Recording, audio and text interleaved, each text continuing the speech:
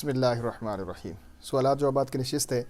سوال یہ ہے کہ سنت غیر موقدہ پڑھنے کا طریقہ کنفیوژن پائی جاتی ہے، تو آپ ہمیں بتا دیں کہ سنت غیر موقدہ پڑھنے کا طریقہ کیا ہے. مثلا عصر سے پہلے کی جو سنتیں یا عشاء سے پہلے کی سنتیں، ان میں اور دوسری سنتیں پڑھنے میں تو جو ڈفرینس ہے اس حوالے سے ہمیں رہنمائی فرمائیں. بسم اللہ الرحمن الرحیم. بڑا امپورٹنٹ سوال ہے. بہت سارے احباب کو یہ نہیں پتہ ہوگا کہ سنت غیر موقدہ اور سنت موقدہ چار جو ہوتی ہیں، ظہر کی اور عصر اور عشاء کی جو دو غیر موقدہ ہیں چار، ان میں فرق یہ ہے کہ سنت غیر موقدہ جو ہوتی ہیں، جو عصر سے اور عشاء سے پہلے والی ہوتی ہیں، یہ چار سنتیں دو دو کر کے پڑھی جاتی ہیں. یہ گویا کہ دو نفل آپ پہلے پڑھ رہے ہیں، پھر دو نفل آپ بعد میں پڑھ رہے ہیں، چار نفل آپ کٹھے پڑھ رہے ہیں.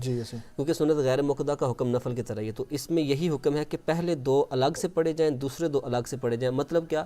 صرف سلام نہیں پھیرنا پہلی دو رکعتوں کے آخر میں، باقی آپ نے ہر چیز مکمل پڑھنی ہے.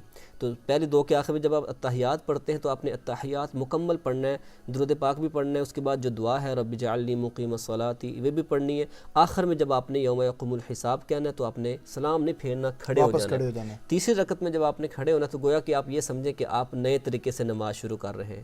اور نئے طریقے سے جب آپ شروع سے نماز شروع کرتے ہیں تو کیا کہاں سے کرتے ہیں؟ ثنا سے. تو آپ سبحانک اللہم سے پڑھتے ہیں. تو لہذا پہلی اور تیسری میں ثنا سے شروع کرنا ہے. ہاں دوسری اور چوتھی میں آپ نے سورہ فاتحہ سے شروع کرنا ہے. اتنا فرق ہے کہ ہم نے سلام نہیں پھیرنا بس، اور تیسری رکعت کے لیے ہم نے جو ہے وہ دوبارہ تکبیر نہیں کہنی. باقی آپ گویا کہ دو الگ الگ پڑھ رہے ہیں. بالکل. اللہ سبحانہ و تعالی ہمیں مسائل سیکھنے کی اور سیکھ کر دوسروں کو سکھانے کی توفیق عطا فرمائے. وما علینا الا البلاغ. Thumbs up. Leave your comments below. Share it with your friends, your family and your children.